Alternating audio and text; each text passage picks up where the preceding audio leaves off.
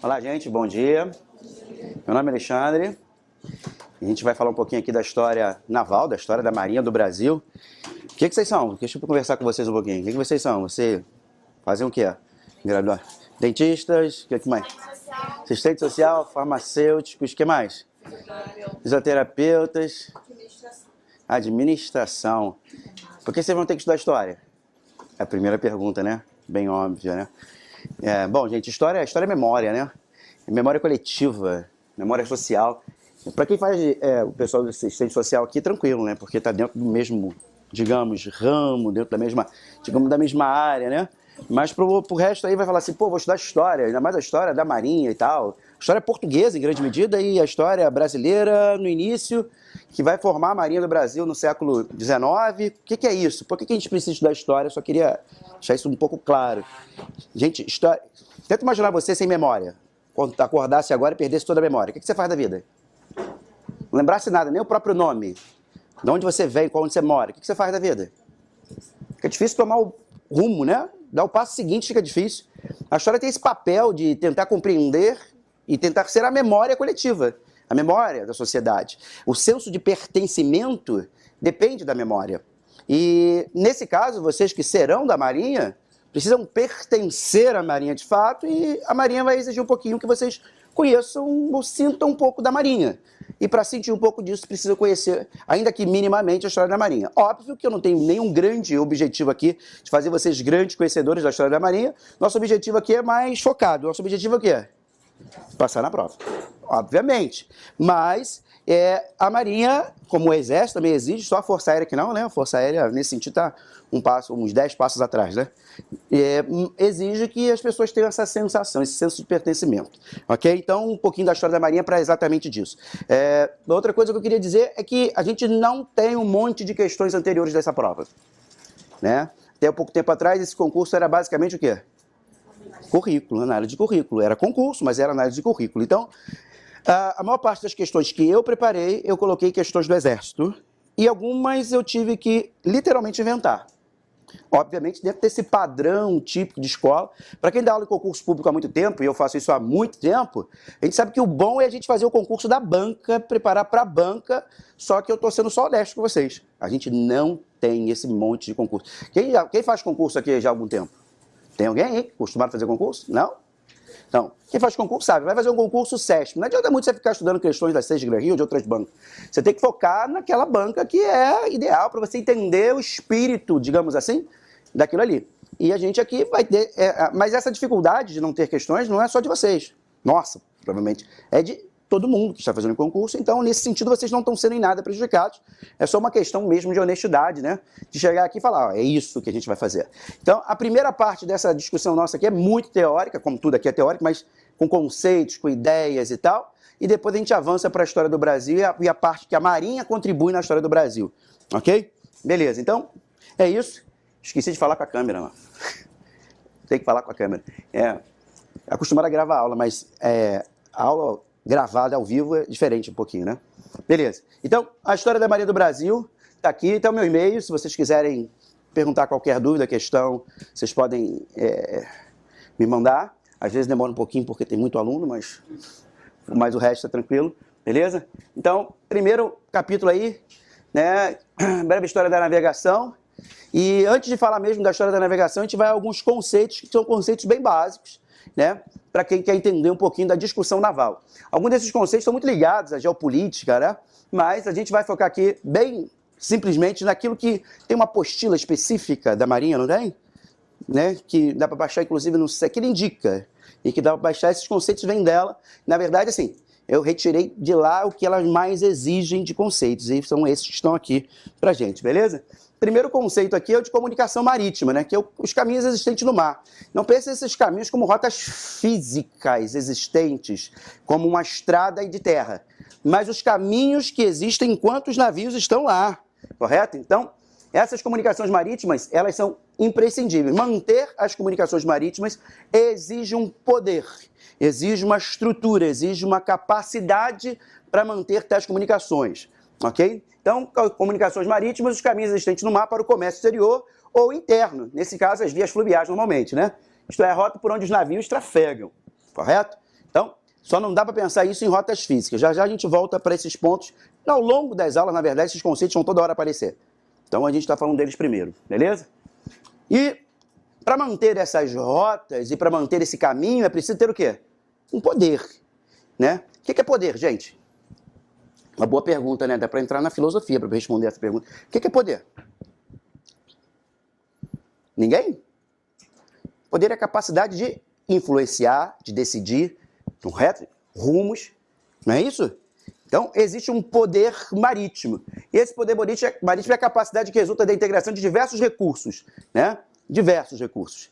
Então, não somente o poder militar, muito longe disso. O poder militar é uma das estruturas do poder marítimo, que envolve também a Marinha Mercante, envolve a Petrobras. Faz parte do poder marítimo do Brasil? Claro que faz, todas as suas plataformas, tudo faz parte do poder marítimo, correto? Então, capacidade que resulta da integração dos recursos que dispõe um país para a utilização do mar e das águas interiores. Sempre entendendo águas interiores como diversos tipos de águas, né? Lagoas, rios, lagunas. Laguna, lagoa, sabem a diferença? Qual é a diferença? Não? Nunca ouviram falar? Por exemplo, a Lagoa Rodrigo de Freitas não é lagoa, é laguna. Mas ela foi nominada lagoa. No passado não tinha muito essa divisão. Lagoa tem água do mar, certo? Tem saída para o mar, então água salgada. Né? A laguna tem água salgada, e a lagoa é água doce, né? Que também não é doce, é só uma nomenclatura, né? Que a gente fala para diferenciar da água salgada, né? Beleza. Então, todas as águas interiores, podem pensar aí rios, lagoas, lagunas, etc., compõem aí esse poder marítimo. É a utilização da capacidade de integrar todos esses recursos. Visa conquistar ou manter objetivos nacionais, quer como instrumento de ação política e militar, ou como fator de desenvolvimento econômico e social. Então, não é só o poder político ou só o poder militar, mas também um fator de desenvolvimento econômico e social. É importante, então, ter um poder marítimo capaz de desenvolver, correto? Vamos pensar numa coisa bem óbvia, para ficar fácil o entendimento. Petróleo. Quase todas as reservas de terra, nós já descobrimos, nós, seres humanos, né? Já temos noção muito clara dos postos, das reservas, né? Das jazidas, e dificilmente a gente vai encontrar qualquer grande jazida daqui para frente em reservas terrestres. Mas qual é a probabilidade? Mas qual é o local que a gente tem uma possibilidade enorme de encontrar jazidas importantes de petróleo? Onde que é? No mar. E pior, no mar em águas o quê? Profundas. E, no caso do pré-sal, em águas super profundas, né? Quando a gente fala de pré-sal, o que é a camada pré-sal? Vocês têm noção? Ó, isso aqui é o espelho d'água. Correto? Normalmente, depois do espelho d'água, tem uma camada de rochas, né? Essas rochas sedimentares é da onde que normalmente as pessoas extraem o petróleo. A maior parte do petróleo, até aqui descoberto, se extrai daqui. Por isso que no passado achava que o óleo vinha das pedras. Por isso o nome é petróleo. Petróleo significa óleo de pedra, né? Obviamente, todos nós sabemos que não é a pedra que produz o óleo. Isso aqui é, óbvio, matéria orgânica soterrada durante milhões de anos. Mas lá atrás se achava que era, por isso deram o nome de quê? De petróleo. Abaixo da camada de rocha, tem uma camada de sal. E abaixo da camada de sal, então, você encontra o quê? O óleo da camada pré-sal. É aqui que provavelmente se vai descobrir as maiores reservas. E nessas, o primeiro país a explorar em larga escala a camada pré-sal qual é? O Brasil. Então é importante entender o poder naval ou não? O poder marítimo e o poder naval? Claro que é, para entender a complexidade do próprio país. Ao todo aqui, daí uns 7 mil metros de profundidade, uns quase 3 aqui. Um engenheiro da Petrobras que trabalhou nessa exploração aqui, ele deu uma definição interessante. Explorar a camada pré-sal é tentar imaginar, com equipamentos extremamente sensíveis, como que eu coloco esse equipamento extremamente sensível, capaz de resistir à imensa pressão que existe no fundo do mar. Aí ele, o que a gente tem que colocar lá? Pergunta para ele, ele fala assim, é mais ou menos a ideia de eu colocar uma armadura numa formiga para que ela seja capaz de ser pisada por um elefante e não quebrar. Né? Daí da dificuldade. Fura a camada de rocha. A camada de sal, ela é plástica, então você tira a broca, ela fecha.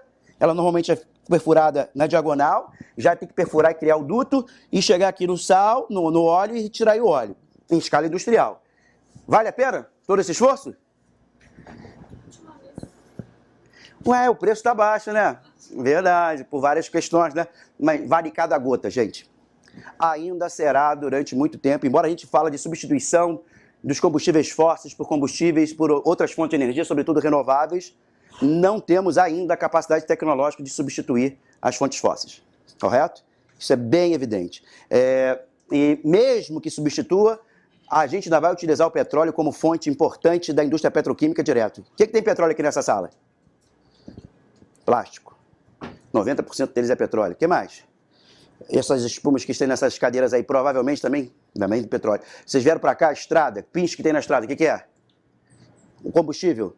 Então, vai continuar importante. Então, o poder marítimo não envolve só a marinha de guerra, mas todo esse conjunto de coisas, ok? Então, visa conquistar e manter os objetivos nacionais. No caso nosso aqui, do Brasil, né?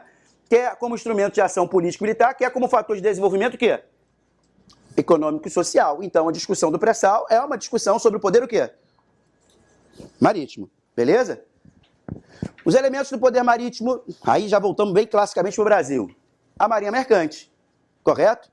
A marinha mercante é voltada totalmente para o transporte e comércio, ok? Ela não tem relação direta, volto a dizer, mas indireta, tem, com a marinha de guerra. Então, a marinha de guerra, a marinha como um todo comanda as duas, mas a marinha mercante tem o objetivo mais claramente comercial. Tem a ver com o poder naval. Toda a infraestrutura hidroviária. Os rios são importantíssimos. Já foram na Amazônia alguma vez na vida? né? A Amazônia é bom demais, né? O que a gente chama de rio aqui no Rio de Janeiro, na Amazônia a gente chama normalmente de igarapé. Porque o que é rio lá não é rio aqui. Por quê? Você vai no Solimões, você chega de um lado da margem, você olha para o outro lado, você vê o céu encontrando com o rio. Você não consegue enxergar a outra margem. Aquilo é rio. O que a gente vê aqui não pode ser rio. Na interpretação amazônica clássica, né? Mas lá navega de fato no mar, correto? Regiões ribeirinhas estão claramente assistidas. Quando se faz prova, igual a prova do Enem, há 2 semanas atrás, tem uma, que a gente chama de cidade espinha de peixe, sabe? É assim, ó, tem uma rua principal e algumas em volta assim. Tem prova lá? Tem. Quem é que leva aquela prova até lá? Quem que você acha que leva? Vocês que vão levar. A Marinha leva. Essas pessoas lá são assistidas como? Dentistas, vamos dentistas. Quem faz trabalho social nessa região inteira? Basicamente quem é? A Marinha do Brasil, correto? Então, toda essa infraestrutura hidroviária, ela tem toda a relação direta com o poder marítimo, beleza? A indústria naval, né? Todos os estaleiros de construção, de setor de nave-peças, isso mesmo, né? Ou seja, de peças de navio, de uma forma bem simples. Deixa eu tirar esse mouse daqui que ele está atrapalhando. Então, todo o setor da indústria naval, a indústria bélica voltada para o aparelhamento naval, né? Também faz parte do poder marítimo. A indústria pesqueira, e todos os barcos da indústria pesqueira, todos os instrumentos. Se tiver uma guerra, esses caras fazem parte ou não? Fazem. Durante a Segunda Guerra Mundial, quem é que transferia para a informação para o Centro de Comando no Nordeste, Centro de Comando Brasil, Estados Unidos, as informações de submarinos alemães? E por isso, os alemães descobriram isso e afundaram o navio brasileiro e levou o Brasil à guerra. Quem é que transferia isso para o Brasil? Quem que passava as informações? Era indústria o quê? Esqueçam, esses caras que passavam a informação em grande medida. Numa situação especificamente de guerra, obviamente toda a sociedade é mobilizada para aquele instrumento. Embora o Brasil não fazia parte ainda, antes do afundamento dos navios da guerra especificamente, o Brasil já estava claramente alinhado com os Estados Unidos, inclusive os americanos já estavam na base do Nordeste, e aí é uma discussão que a gente nem vai fazer de forma agora, né? Só uma questão mais lá na frente. Então, importante, a indústria pesqueira também. Todos os terminais, a indústria de processamento fazem parte do poder marítimo. Organizações e meios de pesquisa e desenvolvimento tecnológico, né? Basicamente aqui as universidades e centros de pesquisa. A discussão naval é uma discussão tecnológica, né? E a gente vai falar um pouquinho da tecnologia lá no século XVI, aqui já, mas durante todo o tempo, no século XIX, começam os encouraçados, né? Os navios com couraça, para usar esse termo, ou com cobertura de ferro ou aço, e todo o tempo tem inovações, né? Se pega um navio hoje, daqueles navios pesadões, né? quem já andou num cruzeiro desse aí, sabe, o mar pode estar o que for, não o que for, não vamos exagerar, mas o mar lá batendo e o navio parece que está o quê? Parado, uma sensação... já entraram numa caravela? Tem algumas delas aqui, né? Obviamente, todas essas estão para exposição. Você entra numa caravela, a primeira coisa que dá vontade de fazer é sair correndo dela. Aí você fala assim, o cara entrou no mar com isso? É com isso que os caras entravam no mar, né? É terrível. Em Porto Seguro, tem uma réplica da nau Capitânia, a do Cabral. Aqui na Marinha tem uma réplica de uma nau também, aqui no primeiro distrito naval, pertinho da gente. Aqui eu já me perdi a noção geográfica, mas aqui pertinho da gente, primeiro distrito, todo mundo conhece, é aberta a visitação. Ali onde também dá para visitar o submarino, né? Submarino antigo, dá para visitar. Beleza. Então, organizações e meios de pesquisa para o desenvolvimento tecnológico, basicamente a Universidade de Santos Pesquisa fazem parte do poder marítimo, e organização e meios para exploração e explotação. Numa língua portuguesa, exploração e explotação não tem muita diferença, mas a exploração está ligada mais à lógica da pesquisa, sem retirar o recurso. E a explotação, a gente diz tecnicamente que é aquilo que retira o recurso. O petróleo, por exemplo, é explotação. Tá?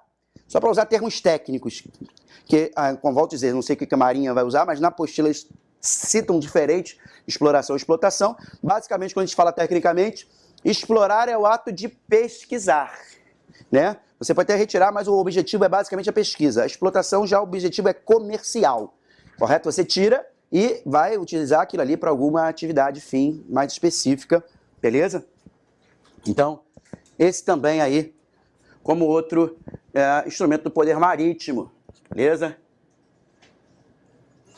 Além disso, toda e qualquer pessoa que desempenha atividade relacionada com o mar e hidrovias interiores, seja um cara que está num centro de fiscalização, num local que faz abastecimento de navios e outras coisas mais, todo mundo está trabalhando, e todos os estabelecimentos destinados à formação e treinamento de pessoal do mar. Tudo isso faz parte do poder, né, marítimo. Além disso, temos o quê? Que nos interessa muito. O poder naval. Que é diferente do poder marítimo, o poder naval é parte do poder marítimo. Mas o que é o poder naval em si? É a estrutura militar do poder marítimo, correto? Então, o poder naval é a estrutura militar do poder marítimo. No nosso caso, o Brasil, a marinha de... Como a gente fala no popular aí? Marinha de guerra. Não é isso? Aonde vocês vão, não é isso? Vão para lá ou não vão? Beleza, então é isso. O objetivo é fazer guerra. Fazer guerra não necessariamente é atacar ninguém, pode ser defesa, né? Mas o objetivo é esse. Tranquilo? Esse é o poder marítimo. Agora, que a gente falou do poder naval, a gente vai ter que aprofundar um pouquinho esse entendimento do poder naval, porque toda hora esses conceitos vão vir à tona. Eu peço já desculpa por essa primeira parte ser tão teórica e tão conceitual, né? Mas é assim mesmo, para a gente depois avançar nas discussões mais técnicas, digamos assim, ou mais, pelo menos, que exigem maior debate. Beleza? Bom, os elementos do poder naval. Todos os meios navais, aeronavais e dos fuzileiros navais. Né? No Brasil, os fuzileiros fazem parte da Marinha, né? Se você vai nos Estados Unidos, os fuzileiros é a quarta força, eles não fazem parte da Marinha, eles são uma força independente. No Brasil, a gente só tem 3 forças armadas. Então, quais são as forças mesmo, hein? Marinha, Exército, Aeronáutica, né? A Força Aérea, né? Porque, então, quanto à Marinha, a Aeronáutica, ela envolve todos os setores e aparatos. A Força Aérea também é o quê? É o setor militar da aeronáutica, correto? Mas deixa quieto. Os fuzileiros navais, no entanto, a construção da ideia de fuzileiros, que não é tão nova assim, é basicamente de tropa de assalto, não é isso? Qual a missão dos fuzileiros? Tomar, correto? Desembarca e toma o local. Depois de tomar, os fuzileiros normalmente vão embora e deixam por exército tomar conta, né? Mas a missão dos fuzileiros é basicamente essa. Uma polêmica da construção dos fuzileiros navais no Brasil é que talvez eles não tenham sido criados com esse objetivo, já que o Brasil nunca teve grandes objetivos de tomar território, tem território maior até, talvez, do que ele conseguisse controlar no século XIX. Muita gente diz que os fuzileiros no Brasil foram criados para controlar a própria marinha, né? Mas, na verdade, os marinheiros, né? No meio das rebeliões, aquelas coisas todas. Deixando essa polêmica de lado, que eu não quero aprofundá-la, mas o fato é que os fuzileiros navais fazem parte, então, desse elemento do poder naval. E aeronavais, cada vez mais a Marinha está equipada com aeronaves, correto? Aviões, helicópteros. Um poder naval, de fato, precisa de aeronaves, né? Se você olha para a Marinha Americana, para a Marinha Inglesa, você vai ver a quantidade de aviões e helicópteros que eles têm na Marinha. Então, os meios aeronavais também fazem parte, né? Bom, além disso, todas as bases e posições de apoio, uma base imprescindível para uma boa operação naval, né? Se a gente pega a guerra do Brasil, basicamente contra a Argentina, na verdade a guerra era a Guerra da Cisplatina, mas a Marinha do Brasil e a Marinha da Argentina ficaram frente a frente. A Marinha do Brasil no século XIX é infinitamente mais capaz do que a Marinha Argentina, mas a Argentina estava lutando do lado de Buenos Aires, com a base de apoio, refúgio, retomada, reequipagem, colocação novamente de munição e outras coisas mais. E a Marinha do Brasil, a base mesmo é o Rio, lutando lá na bacia do Rio da Prata. Estava, obviamente, o quê? Em desvantagem operacional, devido ao quê? A distância da base. Para a Força Aérea, então, mais importante ainda, o avião só voa um tempo específico. Acaba o combustível, ele cai, né? Então tem que ter bases e tem que ter apoio. Então, não é pouca coisa a ideia das bases, que elas são imprescindíveis para que o poder naval se estabeleça. Ok? Então, bases e posição de apoio, estrutura de comando e controle, né? E logística, óbvio, logística é uma ciência tipicamente militar, tão como a engenharia no passado foi criada pelos militares, né? A engenharia era imprescindível para qualquer operação militar. Você chega no local, se você vai invadir um território, a primeira coisa que os caras que estão defendendo fazem é destruir as pontes, as vias. Como é que você faz? Como é que você vai invadir? Então, ainda hoje no Brasil, vai construir pontes no meio do nada, no interior, quem constrói é o Exército. Tá? O Exército é utilizado de forma bastante clara nessas construções. Na verdade, as Forças Armadas são muito utilizadas, embora quase não se fale, né? Dificilmente constrói uma grande estrada no Brasil sem apoio aerofotogramétrico da Força Aérea. Não tem apoio às populações ribeirinhas sem a Marinha, correto? Não tem estradas em locais inóspitos sem o Exército.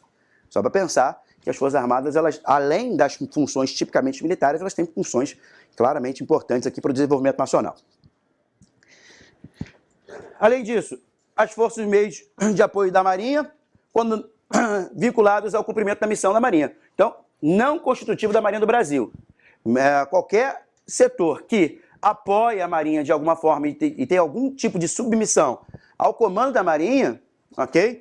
Ou seja, se de alguma forma o comando ele obedece ordem direta da Marinha ou indireta, ele faz parte do poder naval. Então, de tudo que falamos, qual é o conceito mais amplo que a gente tem que ter?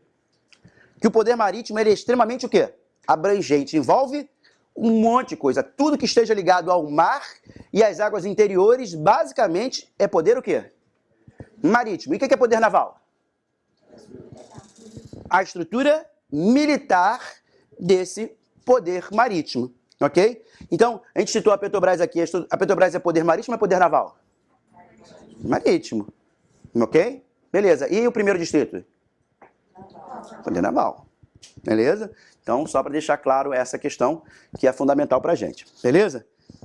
Tranquilo aqui? Bem lightzinho, bem devagarzinho, né? Bom, agora mais um pouquinho de conceitos ainda, né?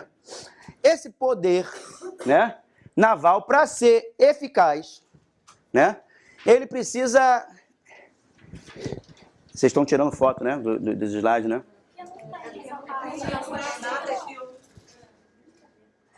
Eu fiz só a 2, eu não fiz a 1, não. Tá.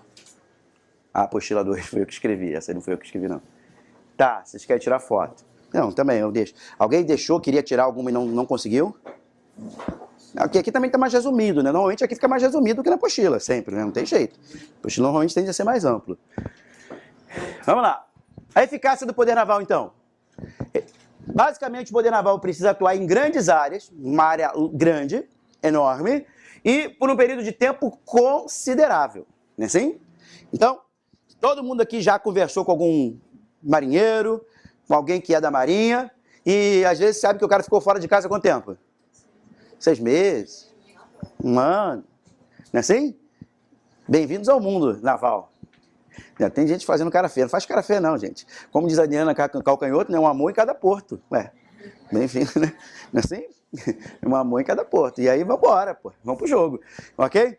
Mas o poder naval, para ser eficiente, ele tem que ser capaz de cumprir a sua missão numa área enorme.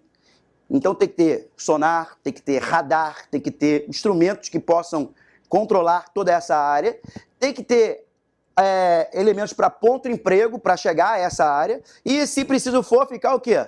Um período de tempo considerável distante, mantendo lá todo esse controle, ok? Então é essa a ideia da eficácia do poder naval. Para isso, ele precisa adotar atitudes tanto defensivas quanto o quê? Ofensivas, ok? Então, a gente tem um mar territorial gigantesco, entende? Chama-se mar territorial, todo o espaço do mar que cabe ao Brasil é reconhecido pela ONU, correto? O Brasil mantém controle lá da ilha de São Pedro, por exemplo, exatamente, né, para poder ter um mar territorial maior e poder explorar aquele mar. Então, pela resolução da ONU, a gente tem 200 milhas náuticas a partir do território ocupado por população, só que aquilo lá é muito inóspito. Quem mantém a população lá é a Marinha. Então está lá no meio do oceano, gente, quase que a meio caminho entre a América do Sul e a África, tem ilha pertencente ao Brasil. Correto? E para isso a gente tem um mar territorial gigantesco, e com o mar territorial também o espaço aéreo é gigantesco, é muito além do espaço do próprio Brasil. O Brasil já tem 8,5 milhões de quilômetros quadrados, o Brasil é mais da metade da Europa, e ainda assim tem um mar territorial gigantesco, e é isso que a Marinha tem que patrulhar, tem que fazer lá operações defensivas e também, se for o caso, o quê? Ofensivas, correto? Então, para isso, tem que ter o aproveitamento das principais características do poder naval. Quais? Mobilidade, permanência, versatilidade e flexibilidade, né? E são os últimos conceitos que nós vamos falar, esses 4 aí, né? Mobilidade, permanência, versatilidade, flexibilidade. Mobilidade. Falha técnica, gente. Não está aí exatamente isso, não está, esses conceitos, né? Tem menos conceitos aí. Tá.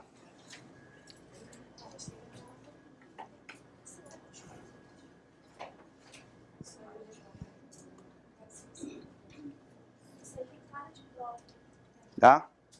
Então, o que é mobilidade, gente? Capacidade de deslocar-se prontamente e a grande distância, mantendo elevado nível de prontidão e condições de emprego. Então, tem que viajar longe e chegar lá em capacidade de quê? De atuar de forma defensiva ou ofensiva. O que parece pouca coisa, mas não é. Né? Você faz um longo deslocamento. Nesse meio do caminho, o tempo que gasta até lá, o pessoal fica cansado, consome todos os elementos de subsistência. Se você chegar lá pouco equipado, você pode tomar prejuízo, você não tem tempo de voltar e retornar. Então, é uma logística enorme. Quem é o inimigo, quem é quem, para poder colocar a quantidade de munição, por exemplo, depende totalmente disso, se é capaz de defender ou não. Porque eu coloco mais munição, eu tiro outros elementos do navio. Não tem mágica, né? Coloco uma coisa, sai outra. Por isso que até o século XVIII não se exporta carne no mundo, para além dos continentes. Por quê? Não tem como exportar carne, não tem como... no século XVIII começa a carne salgada a ficar... sem ficar podre durante muito tempo, então ela consegue ser exportada. Mas antes disso, você não tem técnicas, não tem geladeira. E não tem como exportar boi vivo. Você bota um boi, tira a tripulação do navio. Né? Então, assim, toda a estrutura do navio, ela depende exatamente do qual inimigo vai enfrentar. Mas o que está dizendo a mobilidade é que eu tenho que percorrer isso, chegar lá e capacidade de quê? De emprego, de pronto emprego. Né? Tomar a atitude que tem que ser necessária.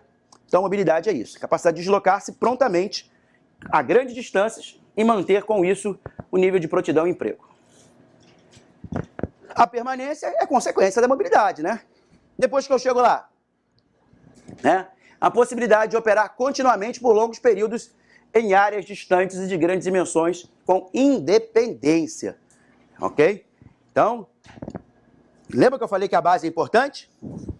Mas o navio pode ficar distante da base muito tempo. Né? Diferente de um avião que não consegue. O avião até tem, né? Que a gente chama de abastecimento aéreo. Mas fora isso, o avião, ele voa lá às X horas. Agora, Copa do Mundo, a gente, final da Copa do Mundo, final do encerramento das Olimpíadas, abertura das Olimpíadas, tem 2 F-5 sobrevoando, basicamente, um trocando com o outro, o espaço aéreo do Rio de Janeiro o tempo inteiro. A área de exclusão aérea, ninguém passa perto, e o avião fica voando. Só que quanto custa um avião voando horas? Vocês sabem quanto que a gente paga para isso? É bom nem falar, né? Eu nem falar. E aí o avião vai, esse avião tem que fazer o quê? Abastecimento aéreo. Mas é óbvio, aqui a gente tem o domínio total do espaço aéreo. Imagina se fosse uma área conflagrada, uma área de conflito. Se tornaria a situação bem mais difícil. Beleza? Mas é isso. Então, a permanência é a possibilidade de operar continuamente, durante muito tempo, né, em áreas distantes e de grandes dimensões, com grande independência desse poder naval. Aqui coloquei junto exatamente porque na língua portuguesa, em grande medida, a gente coloca uma palavra como sinônimo da outra, né? Versatilidade e flexibilidade, né? Eu sei que elas não são sinônimas exatamente, mas na língua portuguesa, né, a gente diz que uma pessoa flexível também tende a ser uma pessoa o quê? Versátil, né? Bom, a versatilidade está ligada logo diretamente à força, ao poder em si, né? Olha lá. Versatilidade permite regular o poder de destruição e alterar a postura militar, mantendo a aptidão para executar uma grande gama de tarefas. É o que a Marinha Brasileira faz. Ao mesmo tempo faz a defesa, ao mesmo tempo ajuda a população ribeirinha, com dentistas, com médicos, com um monte de coisas, e é a mesma estrutura naval. Ela tem a imensa o quê? O que a Marinha tem? A imensa versatilidade. Entenderam? A Marinha tem imensa versatilidade, porque para fazer, né, só o espaço brasileiro é gigantesco, o navio, a Marinha opera no oceano e opera também onde? Nos rios, nos mares interiores, não é assim como a gente chama? Então, beleza. E a flexibilidade? A flexibilidade está mais ligada aos grupamentos operativos, né? Mais especificamente ao navio, por exemplo. Um navio que, ao mesmo tempo, é um navio que faz varredura de minas, é um navio que vai fazer uma assistência em algum lugar. Está ligado mais ao objeto. Que aí você vai dizer que esse objeto ele é o quê? Flexível. Correto? Então, a capacidade de organizar agrupamentos operativos, tipo de grupos. E a versatilidade é a força como um todo. Ok? Então, os dois últimos conceitos do poder naval, dessa parte aqui, é o que nos interessa. Só para lembrar quais são mesmo os 4, então, hein? 4 características. Isso aí. Mobilidade, permanência, que aí é só uma sequência bem óbvia, né? Primeiro começa com mobilidade, depois se move até lá, tem que permanecer lá, não é isso? E como tem que ter imensa capacidade de adaptação, tem que ser versátil e flexível, né? Então, versatilidade e flexibilidade. Isso, exatamente. É a capacidade da própria força, né? Regular o próprio poder. Quanto os instrumentos, como eles são utilizados, né? Operação militar no Haiti. O navio desembarca, tem a possibilidade de guerra civil, tem que fazer a defesa e, ao mesmo tempo, tem que fazer o quê? Assistência da população que é extremamente pobre. Ok? Não tem jeito. Tem que usar isso tudo. É o mesmo navio que vai dar o apoio logístico, correto? Vai ser instrumento de defesa do local que ele está ali e vai, ao mesmo tempo, carregar mantimentos. Então, isso vale também para a Força Aérea, também para o Exército, só que a mobilidade do Exército ela é mais curta, né? O Exército tem menos capacidade de deslocamento em longa distância, embora também tenha avião, e também possa fazer isso. Normalmente a Marinha, que é a força que tem maior capacidade de mobilidade a longa distância, ok? A Marinha dos Estados Unidos, por exemplo, ela é uns 3 ou 4 vezes maior do que o Exército americano. O Exército americano é extremamente pequeno. É um exército mobilizável, perdão. Mobiliza quando tem conflito. Tem conflito, eles têm um sistema de reserva enorme, né? No caso de vocês, o que se faria nos Estados Unidos, vocês? Vocês fariam um cursinho de reserva, se vocês quisessem, ganhava lá um dinheiro que banca, às vezes, a universidade toda e vai trabalhar lá fora. Se tiver guerra, eles convocam. Ser reserva mobilizável, né? É o que eles fazem de forma bastante expressiva. Como eles estão quase sempre em guerra, né? Sempre chamando gente. Mas o fato é que é assim. Muita gente de fora, o exército dele vira meio exército mercenário, né? Porque muita gente de fora faz esses cursinhos para entrar no exército para conseguir o green card, né? Para poder entrar e sair dos Estados Unidos. Agora com o Trump, né? Vai ser prescindível para entrar nos Estados Unidos. Exagerando. Mas é isso. A Marinha, ela de fato é a força que atua mais longe, em geral, Força Aérea e Exército menos.